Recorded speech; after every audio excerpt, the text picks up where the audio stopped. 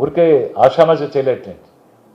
వీటి చేసిన సంతకాలు చేసిన ఇవన్నీ కూడా రేపు మీ ముందే పెడతాం. అటు వాళ్ళకి వాళ్ళు ఇల్లు మాట్లాడతారు, ఇది ఫెయిల్యూర్ అయిందని, సంతకాలు పెట్టలేకపోయామని, పోస్ట్ పోన్ చేసామని కాదు.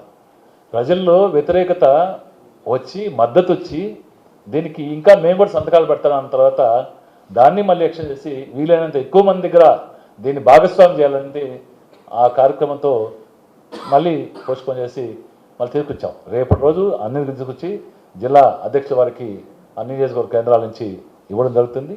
మరి అధ్యక్షుల వారి ఆధ్వర్యంలో మళ్ళీ 15వ తారీఖున మరి కేంద్ర కార్యాలయానికి చేర్చి గవర్నర్ గారికి చేర్చి మరి గవర్నర్ గారి ద్వారా ఈ కార్యక్రమాన్ని నిలుపుదల చేయించడానికి ప్రయత్నం చేస్తున్నాం. మరి చంద్రబాబు నాయుడు గారైతే ఇంత జరుగుతున్నా కూడా చీమ గుట్టినట్టు కూడా ఆయనకి సిగ్గు పెడిసి లోకేష్ బాబు చెప్తున్నాడు, ఇది ఎట్టి పరిస్థితుల్లో ప్రైవేటైజేషన్ చేసేదాన్ని. ప్రజల్లో ఇంత తిరుగుబాటు వస్తుంది, ప్రజల యొక్క ఆకాంక్ష ఈ విధంగా ఉందని తెలుసుకోకుండా ఒంటిద్దు పోకటితో కార్యక్రమాన్ని ముందుకు తీసుకోవాలని ప్రయత్నం చేస్తాం. అయితే ప్రజలు దీని కనుక ముందు తీసుకుని ప్రయత్నం చేస్తే ఇది ఇచ్చిన తర్వాత మళ్ళీ జగన్మోహన్ గారు ఊరికే ఉండరు.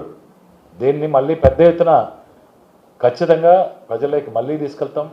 ఖచ్చితంగా ఈ మెడికల్ కాలేజీల ప్రైవేటైజేషన్ని విరమించుకొని ప్రభుత్వమే నడిపే విధంగా చేసేదానికి అన్ని ప్రయత్నాలు వైఎస్ఆర్ కాంగ్రెస్ పార్టీ జగన్మోహన్ గారి ఆధ్వర్యంలో రాష్ట్ర స్థాయిలో, అదేవిధంగా జిల్లా స్థాయిలో గోవర్ధన్ గారి ఆధ్వర్యంలో ఖచ్చితంగా అన్ని పోరాటాలకి వైఎస్ఆర్ కాంగ్రెస్ పార్టీ సిద్ధంగా ఉంది.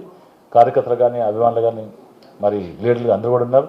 మరి వాళ్ళందరికీ కూడా ఈ కార్యక్రమంలో పాలు పంచుకొని ఈ కార్యక్రమాన్ని విజయవంతం చేసినటువంటి ప్రతి ఒక్క కార్యకర్త నుంచి లీడర్ వరకు అందరూ కూడా ధన్యవాదాలు తెలియజేస్తూ సెలవు చేస్తాం. జై హింద్.